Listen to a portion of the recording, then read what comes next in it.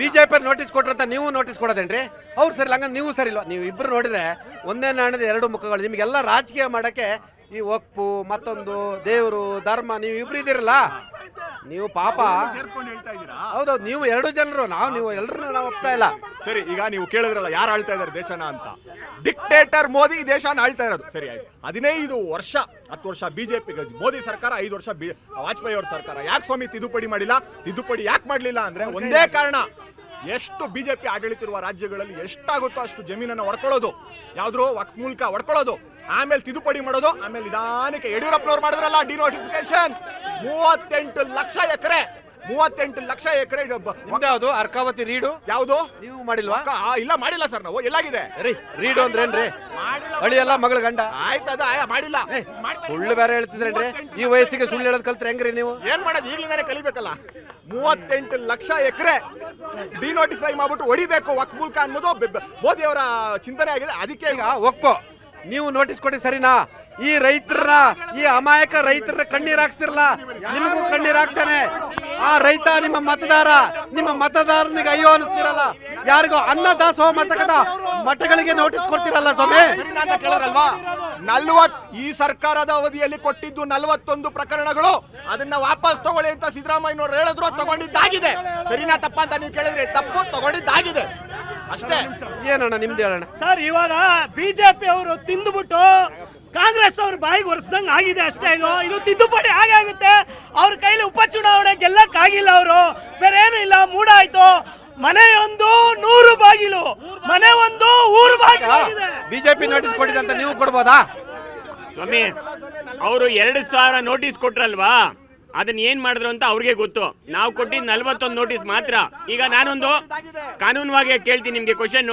ಯಾರಾದ್ರೂ ಅತಿಕ್ರಮ ಮಾಡ್ಕೊಂಡಾಗ ಆ ಪ್ರಾಪರ್ಟಿಗೆ ನೋಟಿಸ್ ಕೊಡೋದು ತಪ್ಪಾಗುತ್ತಾ? ರೈತರು 50 ವರ್ಷದಿಂದ ಸಾಗುವಳಿ ಮಾಡ್ಕೊಂಡ ರೈತನಿಗೆ ಅತಿಕ್ರಮ ಅಂತೀರಲ್ರಿ ನೀವು? ನಿಮಗೆ ಕರುಣೆ ಇಲ್ಲೇನ್ರಿ? ನಮ್ ಸರ್ಕಾರದಲ್ಲಿ ಇದ್ದಾಗ ಇಂದಿರಾ ಗಾಂಧಿ ಅವರು ಉಳುವವನೇ ಭೂಮಿ ಒಡೆಯ ಅಂತ ಕೊಟ್ರು. ನಾವು ಕೊಟ್ಟಾಗ ದಾಖಲೆಗಳು ಕೊಟ್ಟಿದೀವಿ. ಯಾರಿಗೆ ದಾಖಲೆ ಇಲ್ಲ, ಯಾರು ವಕ್ಫ್ ಪ್ರಾಪರ್ಟಿನ ಅಕ್ರಮ ಮಾಡಿಕೊಂಡಿರ್ತಾರೆ ಅವ್ರಿಗೆ ನೋಟಿಸ್ ಹೋಗಿರುತ್ತೆ. ಅವ್ರು ಅದನ್ನ ಅಪ್ರೂವ್ ಮಾಡ್ಕೊಂಡ್ರೆ ಬಿಡ್ತಾವಲ್ಲ. ತಪ್ಪು ಅಂತ ಆದ್ಮೇಲೆ ಅದಕ್ಕೊಂದು ಸರಿನೂ ಇರುತ್ತೆ. ಇವ್ರ ಕೈಲಿ ಪೇಷನ್ಸ್ ಇಲ್ಲ. ಮಾಡೋದೊಂದು ಮನೆ ಮುಂದೆ ಬೃಂದಾವನ ಅಂದಂಗೆ. ವಕ್ಫ್ ವಿಚಾರವಾಗಿ ಎಲ್ಲ ಪಾರ್ಟಿಯನ್ನ ನಾವು ಮಾತಾಡ್ಸಿದ್ವಿ. ಅವ್ರು ಹೇಳಿದ್ರು ಅನ್ವರ್ ಮಾಡಿಪಡೆ, ಇವ್ರು ಹೇಳಿದ್ರು ಬಿಜೆಪಿ ಕೊಟ್ಟರು ಅಂತ. ಅವ್ರು ಹೇಳ್ತಾರೆ ರೈತನ ಜಮೀನು ಹಿಂದಿಂದ ನಡ್ಕೊಬರ್ತು ಬಂದಂತ ಹೇಳಿದ್ರು. ಇವ್ರು ಹೇಳ್ತಾರೆ ಎಲ್ಲ ಕೂಡ ರಾಜಕೀಯ ಬೇಳೆ ಬೇಯಿಸ್ಕೊಳ್ಳಕ್ಕೆ ಮಾಡ್ತಿದ್ದಾರೆ. ಈ ಉಪಚುನಾವಣೆ ಖರ್ಚಾದಷ್ಟು ಹಣ ಇತಿಹಾಸದಲ್ಲಿ ಯಾವತ್ತೂ ಕೂಡ ಕರ್ನಾಟಕದಲ್ಲಿ ಇಷ್ಟೊಂದು ಹಣ ಖರ್ಚಾಗಿಲ್ಲ. ಯಾರ ದುಡ್ಡು? ಎರಡೂ ಪಾರ್ಟಿಗಳು ಹಣದ ಹೊಳೆಯನ್ನು ಹರಿಸಿದ್ದಾರೆ. ಇನ್ನೇನು ಗೆದ್ದೇ ಬಿಟ್ಟಿವಿ ಅಂದವರೆಲ್ಲ ಸೋತಿದ್ದಾರೆ, ಸೋತು ಬಿಟ್ಟಿವಿ ಅಂದವರೆಲ್ಲ ಗೆದ್ದಿದ್ದಾರೆ. ಚುನಾವಣಾ ಭವಿಷ್ಯ ಇಟ್ಕೊಂಡು 100 ಕೋಟಿ ಬೆಟ್ಟಿಂಗ್ ನಡೆದಿದೆ. ಅಲ್ಲಿಗೆ ಈ ದೇಶದಲ್ಲಿ ಸಂವಿಧಾನ ಪ್ರಜಾಪ್ರಭುತ್ವ ಈ ರೀತಿ ಇದ್ರೆ ಉಳಿಯುತ್ತಾ? ಏನ್ ಸರ್ ಇದು ಉಪಚುನಾವಣೆ ಅಂತಾರ ಸ್ವಾಮಿ? ಇದನ್ನ ದುಡ್ಡಿನ ಒಳೆಯ ಚುನಾವಣೆ ಅಂತ ಕರಿಬಹುದು ಅನಿಲ್ ಅವರೇ? ಸರ್, ನೀವು ಸರಿಯಾದ ಪ್ರಶ್ನೆ ಕೇಳಿದ್ರ. ಯಾಕೆ ಹೇಳ್ತಾ ಇದ್ದೀನಿ ಅಂದ್ರೆ, ಇದೇ ಸಮಯದಲ್ಲೂ ಸಹ ನಮ್ಮ ಹರಿಯಾಣದಲ್ಲಿ ಚುನಾವಣೆ ಆಯಿತು. 4 ಕ್ಷೇತ್ರಗಳಲ್ಲಿ.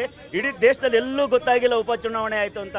ಆಮ್ ಆದ್ಮಿ ಪಾರ್ಟಿ 3 ಜಾಗದಲ್ಲಿ ಗೆಲ್ತು, 1 ಜಾಗದಲ್ಲಿ 2,000 ಮತಗಳಿಂದ ಸೋಲ್ತು. ನಾನು ಯಾಕೆ ಹೇಳ್ತಾ ಇದ್ದೀನಿ ಅಂದರೆ, ಎಲ್ಲ ಬಿಟ್ಟುಬಿಡಿ, ಚನ್ನಪಟ್ಟಣ ಒಂದೇ ಒಂದು ಎಲೆಕ್ಷನ್ ನೀವು ನೋಡ್ಬೋದು. ಅದರಲ್ಲಿ ಸರ್ 100 ಕೋಟಿ ಖರ್ಚು ಮಾಡಿದ್ದಾರೆ. ಲಾಸ್ಟಿಗೆ ಯಾರು ಮಾಡಿದ್ದಾರೆ? ಎಲ್ಲ ಪಕ್ಷಗಳು, 2 ಪಕ್ಷಗಳು. ಸ್ವಾಮಿ, ನಾನೊಂದು ಹೇಳಕ್ ಇಷ್ಟಪಡ್ತೀನಿ. ಒಂದು ಹೇಳ್ಬೇಡಿ, 10 ಹೇಳ್ಬೇಕಾರೆ ಬೇಜಾರು. ಯಾವ ರಾಜಕೀಯ ಪಕ್ಷದಲ್ಲಿ 1000 ಕೋಟಿ ಇದೆ ಒಬ್ಬೊಬ್ಬರದ್ದು ಆಸ್ತಿ. ಬೇರೆ ಯಾರು ರೈತರದ್ದು ಯಾರು ಇದೆಯಾ? ಬೇರೆ ಯಾರ್ದಾರ್ದು ಇದೆಯಾ? ಯಾರೇ ಇರಲಿ, ರಾಜಕೀಯ ಪಕ್ಷದಲ್ಲಿ 1000 ಕೋಟಿ ಒಬ್ಬರದ್ದು ಇರೋದು. ಯಾರ ಬಡವರಿದ್ದಾರ? ಯಾರು ಬಡವರಿಲ್ಲ. ಬಸ್ ಅಂದ್ರೆ ಫುಲ್ ಬಸ್ಟರು. ಪ್ರತಿಯೊಂದು ಪಕ್ಷದಲ್ಲೂ ಬಸ್ ಇದ್ದಾರೆ, ಒಬ್ಬರು ಯಾರು ಇಲ್ಲ. ನಿಮ್ಗೆ ಏನಿಸ್ತು ಈ ಉಪಚುನಾವಣೆ? ಪ್ರಯೋಜನ ಇಲ್ಲಿರ್ತಕ್ಕಂಥ ಚುನಾವಣೆ ಅಂದ್ರೆ ಇದು ಉಪಚುನಾವಣೆ ಅಂತ ನೇರವಾಗಿ ಹೇಳ್ತೀನಿ. ಇದು ಜನಗಳ ಮೇಲೆ ಒಂದು ಇದನ್ನೇ ಹರಿಸ್ಬಿಟ್ರು ಸರ್. ಜನಗಳಿಗೆ ಮೋಸ ಮಾಡೋ ಅಂತ ಉಪಚುನಾವಣೆ ಇದು ಅಂತ ನೇರವಾಗಿ ಹೇಳ್ತೀನಿ ಸರ್. ಮಂಡ್ಯ ರಾಮನಗರ ಆಯ್ತು, ನಂತರ ಚನ್ನಪಟ್ಟಣಕ್ಕೆ ದೇವೇಗೌಡರು ತಮ್ಮ ಮೊಮ್ಮಗನನ್ನು ನಿಲ್ಲಿಸಿದ್ರು. ಕುಮಾರಸ್ವಾಮಿ ತಮ್ಮ ಪುತ್ರನ ಚನ್ನಪಟ್ಟಣಕ್ಕೆ ನಿಲ್ಲಿಸಿದ್ರು. ಆದರೆ ಎಲ್ಲ ಒಂದು ಕಡೆ ಜನ ಇವ್ರನ್ನ ಒಪ್ಕೊಳ್ಳಿಲ್ಲ.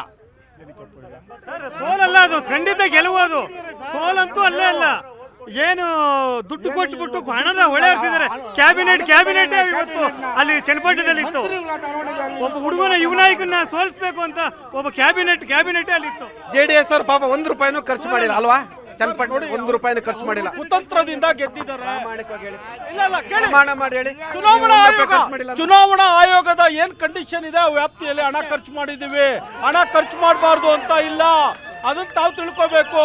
ಇವತ್ತು ಅಲ್ಲಿ ಗುತ್ತಿಗೆದಾರರು ಅಧಿಕಾರಿಗಳು ಹಣದ ಒಳೆ ಹರಿಸಿದ್ರು. ಇವತ್ತು ಸರ್ಕಾರದ ಪರವಾಗಿ ಭ್ರಷ್ಟಾಚಾರ ಮಾಡಿದ್ದಾರೆ ಇವರು. ವಾಲ್ಮೀಕಿ ಮೂಡ ಇರ್ಬೋದು ಸರ್, ನೀವು ಏನು ಮಾಡಿಲ್ಲ.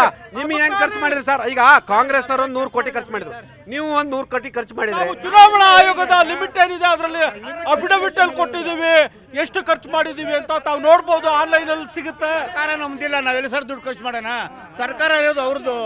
ಏನು ಬಿಜೆಪಿ JDS ತುಂಬಾ ಬಡತನದಲ್ಲಿದ್ದಾರೆ. ಏನ್ ಸ್ವಾಮಿ ಶಿಗ್ಗಾವಿಯಲ್ಲಿ ಬಸಣ್ಣ ಏನ್ ಸ್ವಾಮಿ ಅದು? ಇಲ್ಲ ಸರ್, ದುಡ್ಡಂತೂ ಖರ್ಚು ಮಾಡಿ ಸುಳ್ಳು. ಏನಂದ್ರೆ ಅಲ್ಲಿ ಕಾಂಗ್ರೆಸ್ ಇರೋದ್ರಿಂದ ಹೆಚ್ಚಾಗಿ ಅವ್ರು ಖರ್ಚು ಮಾಡಿದಾರೆ, ಇಲ್ಲ ಅಂತಾಳೆ. ಏನಕ್ಕಂದ್ರೆ ಖರ್ಚು ಮಾಡೋದು. ಪ್ರಾಮಾಣಿಕರಿದ್ರೆ ನೀವು ಬಿಡ್ರಿ, ಮೆಚ್ಚಿದೆ, ನಿಮ್ಮನ್ನು ಮೆಚ್ಚಿದೆ. ಅಲ್ಲ ಕೇಳಿ, ಅವ್ರದೇ ಸರ್ಕಾರ, ಅವ್ರದೇ ಇದು ಎಬ್ಬುತ್ತಾರಲ್ಲ, ತಗೊಂಡೋಗಿ ಅಲ್ಲಿ ಕೊಡ್ತಾರೆ. ಏನ್ರಿ ಸಿಗ್ಗಾವಿ ಆ ಸಂಡೂರ್ಲಿ ನೀವು ಖರ್ಚು ಏನ್ರಿ ನೀವು ಖುಷಿ ಆಗುತ್ತೆ? ಕಾಂಗ್ರೆಸ್ ಸರ್ಕಾರದ ಮುಖ್ಯಮಂತ್ರಿಗಳು ಯಾವ ರೀತಿ ಭ್ರಷ್ಟಾಚಾರ ಮಾಡಿದ್ರು ಅಂದ್ರೆ, ಲೋಕಾಯುಕ್ತ ಮೈಸೂರಲ್ಲಿ ಕರೆದಿದ್ದವ್ರನ್ನ 10 ಗಂಟೆಯಿಂದ 11 ಗಂಟೆ ಗಂಟ ಲೋಕಾಯುಕ್ತ. ಅಲ್ಲ ಸರ್, ನಾನು ಎಲೆಕ್ಷನ್ ಬೈ ಎಲೆಕ್ಷನ್ ಅಬ್ಬರಿಸಿ ಬಬ್ಬಿರಿದ ಭಾರತೀಯ ಜನತಾ ಪಕ್ಷ ಸೋಲ್ತಲ್ರಿ. ನಿಮ್ಮ ವಿಜೇಂದ್ರ ಅವರು ಮನೆಯೊಂದು 3 ಬಾಗಿಲು, ಯತ್ನಾಳ್ ಒಂದ್ ಕಡೆ, ವಿಜೇಂದ್ರ ಇನ್ನೊಂದ್ ಕಡೆ. ಹಾಗಾದ್ರೆ ಇವ್ರ ಚುನಾವಣೆ, ಒಂದ್ ನಿಮಿಷ ಸರ್, ಇವ್ರು ಚುನಾವಣೆ ಗೆದ್ದ ಮಾತ್ರಕ್ಕೆ ಇವ್ರ ಹಗರಣ ಮುಚ್ಚಾಗಲ್ಲ. ಸೊ ಇವ್ರು ಸಿದ್ದರಾಮಯ್ಯ ಹೇಳಿ, ನಾನು 3 ಚುನಾವಣೆ ಗೆದ್ದಿದ್ದೀನಿ, ಹೈಕೋರ್ಟ್ಗೆ ಹೋಗ್ಬಿಟ್ಟು ನನ್ನ ಮೇಲಿರೋ ಎಲ್ಲಾ ಕೇಸು ಮುಚ್ಚಾಕ್ಬಿಡ್ರಿ. ಕೋರ್ಟ್ ಒಪ್ಕೊಳ್ಳುತ್ತಾ? ಕೋರ್ಟಿನ ತೀರ್ಮಾನವನ್ನ ಒಪ್ಕೊಳ್ಳೇಬೇಕು. ಸಿದ್ದರಾಮಯ್ಯ ಉಪಚುನಾವಣೆ ಸೋಲು ಎಲ್ಲ ಒಂದ್ ಕಡೆ, ಬಿಜೆಪಿಗೆ ಎಲ್ಲ ಒಂದ್ ಕಡೆ ಇದೊಂದು ದೊಡ್ಡ ಹಿನ್ನಡೆನಾ ಸರ್? ಸೋಲನ್ನ ಯಾಕಂತ ಹೇಳಿದ್ರೆ ನಿಮ್ಮಲ್ಲಿ ಮನೆಯೊಂದು 2 ಬಾಗಿಲು, ಯತ್ನಾಳ್ ಮನೆ ಬಾಗಿಲು, ವಿಜೇಂದ್ರ ಅವ್ರ ಬಾಗಿಲು. ಇಲ್ಲಿ ಅಧ್ಯಕ್ಷರಿಗೆ ಕೇರ್ ಮಾಡ್ತಾ ಇಲ್ಲ. ನಿಮ್ಮ ಮನೆನೇ ತೂತ, ಅವ್ರ ಮನೆ ದೋಸೆ ತೂತ, ನಿಮ್ಮ ಮನೆ ಕಾವಲಿನೇ ತೂತ. ಇವತ್ತು ಬಿಜೆಪಿಯಲ್ಲಿ ಒಳಜಗಳ ಇದೆ ಅಂತ ನೀವು ಹೇಳ್ತಾ ಇದ್ದೀರಾ. ನಾವು ಪಬ್ಲಿಕ್ ಹೇಳಿದ್ರು ಕಾಂಗ್ರೆಸ್ನಲ್ಲಿ ನಮ್ದು 2 ಬಂಗಡ. ಅದೆಲ್ಲ ಬೇಡ ಸರ್. ಭಾರತೀಯ ಜನತಾ ಪಕ್ಷದ ಒಳಜಗಳಗಳು, ಭಾರತೀಯ ಜನತಾ ಪಕ್ಷದ ಕಿತ್ತಾಟಗಳು, ಭಾರತೀಯ ಜನತಾ ಪಕ್ಷಗಳ ನಾಯಕರ ನಡುವಿನ ಪರಸ್ಪರ ವಾಗ್ದಾಳಿಗಳು, ಭಾರತೀಯ ಜನತಾ ಪಕ್ಷದ ರಾಜ್ಯಾಧ್ಯಕ್ಷರನ್ನೇ ಒಪ್ಕೊಳ್ಳಲ್ಲ ಅನ್ನೋ ನಾಯಕರ ಈ ಕಿತ್ತಾಟವು ಕೂಡ ನಿಮಗೆ ಒಂದಷ್ಟು ಹಿನ್ನಡೆ ಆಗ್ಲಿಲ್ವಾ? ಜನಕ್ಕೆ ಮೆಸೇಜ್ ತಪ್ಪೋಗ್ಲಿಲ್ವಾ ಸರ್? ಅದರಿಂದ ಏನು ಯಾವುದೇ ರೀತಿಯಾದಂಥ ಹಿನ್ನಡೆ ಆಗಿಲ್ಲ. ಯಾವ ರೀತಿ ನೀವು ಈಗ ವಾಲ್ಮೀಕಿ ಹಗರಣ ಪ್ರಸ್ತಾಪ ಮಾಡಿ, ವಕ್ಫ್ ಅಕ್ರಮದ ಬಗ್ಗೆ ಪ್ರಸ್ತಾಪವನ್ನು ಮಾಡಿದ್ರಿ, ಆಯ್ತಾ?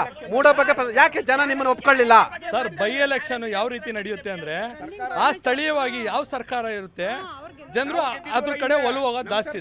ಆಯ್ತು, ನೀವು ಹೇಳಿದ್ರಲ್ಲ ಉಪಸಮರದಲ್ಲಿ ನಾವು 3 ಗೆಲ್ತೀವಿ ಅಂದ್ರೆ, ಬಹುಶಃ ಇದು ನಿಮಗೆ ಪರಾಮರ್ಶೆ ಕಾಲ ಅಲ್ವಾ ಸರ್? ಇಲ್ಲ, ನಮಗೆ ಇನ್ನೂ ಹುಮ್ಮಸ್ ಬಂದಿದೆ, ಮುಂದಕ್ಕೆ ಇನ್ನೂ ಚೆನ್ನಾಗಿ ಸಂಘಟನೆ ಮಾಡ್ತೀವಿ. ಮುಂದಿನ ಬಾರಿ ಇದು ಕಾರ್ಯಕರ್ತರು ನೋಡಿ, ಒಬ್ಬ ಕಾರ್ಯಕರ್ತರು ಮನೋರು ಸೋತ್ರು ಕೂಡ ನಮಗೆ ಹುಮ್ಮಸ್ಸು ಬಂದೆ ಅಂದ್ರು, ಅವರ ಮೆಚ್ಚಬೇಕು ಅವ್ರನ್ನ. ಸರ್, ಈ ಉಪಚುನಾವಣೆ ಏನು ಸಂದೇಶ ರವಾನೆ ಮಾಡ್ತಾರೆ? ಯಾಕಂತ ಹೇಳಿದ್ರೆ JDS ಅವರ ಕುಟುಂಬ ರಾಜಕಾರಣದ ನೀವು ಆರೋಪ ಮಾಡ್ತಿದ್ರಿ, ನಿಮ್ಮಲ್ಲೂ ನಿಲ್ಸಿದ್ದೀರಾ. ಅನ್ನಪೂರ್ಣವ್ರೇನು ಬೇರೆ ಯಾರು ಅಲ್ಲ, ಆಯ್ತಾ? ಈ ಚುನಾವಣೆ ನಿಮಗೆ ಆಕ್ಸಿಜನ್ ಕೊಡ್ತಾ? ನಿಮ್ಮ ಮೇಲೆ ಆರೋಪಗಳನ್ನ ಮಾಡಿದ್ದೆಲ್ಲವೂ ಕೂಡ ಇದರಿಂದ ಏನು ನಗಣ್ಯ ಆಯ್ತಾ? ಆರೋಪಗಳೆಲ್ಲ ಸುಳ್ಳೇ ಇತ್ತು ಬಿಡಿ, ಇರ್ಲಿ ಪರವಾಗಿಲ್ಲ. ರಾಜ್ಯದ 2 ಮಾಜಿ ಮುಖ್ಯಮಂತ್ರಿಗಳು ತಮ್ಮ ಮಕ್ಕಳ ಬೆಳವಣಿಗೆಗೋಸ್ಕರ ಪಕ್ಷವನ್ನ ಬಲಿ ಕೊಡ್ತಾ ಇದ್ದಾರೆ. ಒಂದು ಬಿಜೆಪಿ ಪಕ್ಷ ಮುಳುಗಿಸ್ತಾ ಇದ್ದಾರೆ, ಇನ್ನೊಂದು JDS. 28ರಲ್ಲಿ JDS ಇರಲ್ಲ ಬಿಡಿ ಸರ್. ಬಿಜೆಪಿ ಅವರು ನಾವೇನು ಮಾಡಲ್ಲ, ಬಿಜೆಪಿ ಅವರು JDS ನ ಮುಗಿಸ್ಬಿಡ್ತಾರೆ. ಯಾರಿದ್ದಾರೆ ಎಂ ಎಲ್ ಎಗಳು? ಈಗ ನೀವು ಕೇಳಿದ್ರೆ ಏನಂತ, ಏನೋ ಇರಲ್ಲ ಸರ್, JDS ಇರಲ್ಲ, ಯಾರಿಗೂ ಇಷ್ಟ ಇಲ್ಲ. ಈ ಉಪಚುನಾವಣೆ ಸಿದ್ದರಾಮಯ್ಯನವರ ಶಕ್ತಿಯನ್ನ ಮತ್ತಷ್ಟು ಹೆಚ್ಚಿಸ್ತಾ? ಸರ್, ಖಂಡಿತ ಹೆಚ್ಚಿದೆ. 2 ಪಕ್ಷಕ್ಕೆ ಬಿಜೆಪಿ ಮತ್ತೆ JDSಗೆ ಜನರು ಮುಖಭಂಗ ಮಾಡಿದ್ದಾರೆ. ಇವತ್ತು ಇವರು ಎಲ್ಲಾ ಜನಮನ ಕಾರ್ಯಕ್ರಮದಲ್ಲೂ ಗ್ಯಾರಂಟಿ ಬಗ್ಗೆ ವಿರೋಧ ಮಾಡ್ತಾ ಇದ್ರು. ಇವತ್ತು ಅದೇ ಗ್ಯಾರಂಟಿ ಪಡೆದಂತ ಬಡವರು, ಅಲ್ಪಸಂಖ್ಯಾತರು ಇವತ್ತು ಓಟ್ ಹಾಕಿ ಕಾಂಗ್ರೆಸ್ನ ಸರ್ಕಾರಕ್ಕೆ ತಂದಿದ್ದಾರೆ. ಈ ಉಪಚುನಾವಣೆ ಸಿದ್ದರಾಮಯ್ಯನವರ ಶಕ್ತಿಯನ್ನ ಮತ್ತಷ್ಟು ಹೆಚ್ಚಿಸ್ತಾ? ಅವರು ಬಿಜೆಪಿ ಮತ್ತು JDS ಕೈಲೇ ಸಿದ್ದರಾಮಯ್ಯ ಅವ್ರನ್ನ ಏನೂ ಅಲ್ಗಾಡ್ಸಕ್ಕಾಗಲ್ಲ ಅಂತ ಘಂಟಾಘೋಷವಾಗಿ ಹೇಳ್ತೀನಿ. ಯಾಕಂದ್ರೆ ಒಂದು ಸುಳ್ಳು ಪ್ರಕರಣನ ಅವರ ಮೇಲೆ ಗೂಬೆ ಕೂರಿಸ್ತಾ ಇದ್ದಾರೆ. ಇವ್ರ ಕೈಲಿ ಚುನಾವಣೆ ಮುಖಾಂತರ ಅವ್ರನ್ನ ಎದುರಿಸಕ್ಕಾಗಲ್ಲ. ಸಿದ್ದರಾಮಯ್ಯನವ್ರನ್ನ ಶಕ್ತಿ ಯಾರು ಹೆಚ್ಚಿಸಬೇಕಾಗಿಲ್ಲ, ಅವ್ರು ಯಾವಾಗಲೂ ಹೆಚ್ಚೇ ಇರುತ್ತೆ, ಯಾವಾಗಲೂ ಶಕ್ತಿ ಅಂದ್ರೆ. ಯಾಕೆ ಅಂದ್ರೆ ಅವರು ಬಡವರ ಪರವಾಗಿರ್ತಾರೆ, ದೀನ ದಲಿತರ ಪರವಾಗಿರ್ತಾರೆ, ಅಲ್ಪಸಂಖ್ಯಾತರ ಪರವಾಗಿರ್ತಾರೆ. BJPಯವರ ಮೋಸುಂಬೆ ಥರ ಯಾವತ್ತೂ ಅವರು ಮೋಸ ಹೋಗಲ್ಲ. ಇಡೀ ಕರ್ನಾಟಕದಲ್ಲಿ, ಇಡೀ ದೇಶದಲ್ಲಿ ಬಡವರ ಪರವಾಗಿ ನಿಂತ್ಕೋಬೇಕು ಅಂತ ಇರೋದು ಏಕೈಕ ಶಕ್ತಿ. ಈ ಉಪಚುನಾವಣೆ ನಿಮಗೆ ಏನ್ ಪಾಠ ಹೇಳ್ತು? ಪ್ರಸಕ್ತ ಕರ್ನಾಟಕದಲ್ಲಿ ನಡೆದಿರುವಂತಹ 3 ಕ್ಷೇತ್ರಗಳ ಉಪಚುನಾವಣೆಯಲ್ಲಿ ಬಂದಿರುವಂತಹ ಫಲಿತಾಂಶಗಳು ಮುಂಬರುವ ಕರ್ನಾಟಕ ವಿಧಾನಸಭಾ ಚುನಾವಣೆಯಲ್ಲಿ ಕಾಂಗ್ರೆಸ್ ಪಕ್ಷ ಉಪಚುನಾವಣೆ ಅಂದ್ರೆ ಒಂದು ಮೆಸೇಜ್ ಪಾಸ್ ಆಯ್ತಲ್ವಾ? ಏನ್ ಹೇಳಿ? ಹಣದ ಒಳೆ. ಸುಳ್ಳು ಸುಳ್ಳು ಸುಳ್ಳು ಸುಳ್ಳು. ಉಪಚುನಾವಣೆ ಮೆಸೇಜ್ ಪಾಸ್ ಏನ್ ಮಾಡ್ತಾ ಇದೆ ಅಂತಂದ್ರೆ ಈ ದೇಶದಲ್ಲಿ ಜಾತ್ಯತೀತ ಶಕ್ತಿಗಳಿಗೆ ಮತ ನೀಡಬೇಕು ಅನ್ನೋದು. ಏನ್ರಿ ದುಡ್ಡು ಹಂಚಿದ್ದು? JDS ಅವರು, ಕಾಂಗ್ರೆಸ್ ಅವರು ಏನ್ ಪೈಪೋಟಿ ಏನ್ರಿ? ಕಾಂಗ್ರೆಸ್ನವರು ನಾವು ದುಡ್ಡು ಹಂಚಕ್ ಹೋಗಿಲ್ಲ. JDS ಅವರಿಗೆ ಯಾವುದೋ ಒಂದು ಚಿನ್ನದ ನಾಣ್ಯ ಕೊಡ್ತೇನೆ ಅಂತ ಹೇಳ್ಬಿಟ್ಟು, ಬೆಳ್ಳಿ ನಾಣ್ಯ ಕೊಡ್ತೇನೆ ಅಂತ ಹೇಳ್ಬಿಟ್ಟು ಬರೀ ಕಬ್ಬಿಣದ ಡೂಪ್ಲಿಕೇಟ್ ನಾಣ್ಯ ಕೊಟ್ಟಿಲ್ಲ ಜನರಿಗೆ. ದುಡ್ಡು ಹಂಚಿದ್ದು ನೀವು, ಇವರು ಅವರು ಇವರು ಏನ್ರಿ? ನೀವೆಷ್ಟು ದುಡ್ಡು ಹಂಚಿದ್ರಿ ಸರ್? ಜನಕ್ಕೆ ನಾವು ಯಾವ ಸವಲತ್ತುಗಳನ್ನ ಕೊಡಬೇಕು ಸವಲತ್ತುಗಳನ್ನ ಯಾವ ಸವಲತ್ತು ರೀ? ಸವಲತ್ತು ಒಂದು ಬಾರಿ ಪಾಸು ಕಾಸು ನಾವು ಹಂಚಿಲ್ಲ. ಜನ ಇವತ್ತು ನಮ್ಮ ಮೇಲೆ ನಂಬಿಕೆ ಇಟ್ಟು ಈ ಚುನಾವಣೆ ಸಿದ್ದರಾಮಯ್ಯನವ್ರನ್ನ ಮತ್ತಷ್ಟು ಎತ್ತರಕ್ಕೆ ಕೊಂಡೊಯ್ತಾ. ಸಿದ್ದರಾಮಯ್ಯ ಒಬ್ಬರನ್ನೇ ಅಲ್ಲ, ಕಾಂಗ್ರೆಸ್ ಪಕ್ಷವನ್ನ ಇವತ್ತು ಬಲಪಡಿಸಿದೆ, ಸಂವಿಧಾನ ರಕ್ಷಕರನ್ನು ಬಲಪಡಿಸಿದೆ. ಪಕ್ಷವನ್ನು ಜಾಲಿ ಜಾಲಿ JDS ಖಾಲಿ, ಇವತ್ತು ಜಾಲಿ ಜಾಲಿ JDS ಖಾಲಿ. ಏನಂತ ಸೋಲು? ಒಂದೇ ಮಾತ್ರ ಕೋಮದಲ್ಲಿದೆ. ಒಂದೇ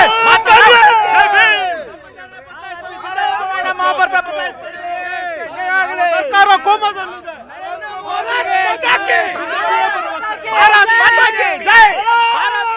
ಇದು ಈ ವಾರದ ಜನಮನ. ಹಲವಾರು ವಿಚಾರಗಳ ಬಗ್ಗೆ ನಾವು ಚರ್ಚೆಯನ್ನು ಮಾಡಿದ್ವಿ. ಮುಂದಿನ ವಾರ ಮತ್ತಷ್ಟು ವಿಷಯಗಳೊಂದಿಗೆ ನಿಮ್ಮ ಮುಂದೆ ಇದೇ ಜನಮನದಲ್ಲಿ ಬರ್ತೀವಿ. ನ್ಯೂಸ್ 18 ಕನ್ನಡ ನೋಡ್ತಾ ಇರಿ.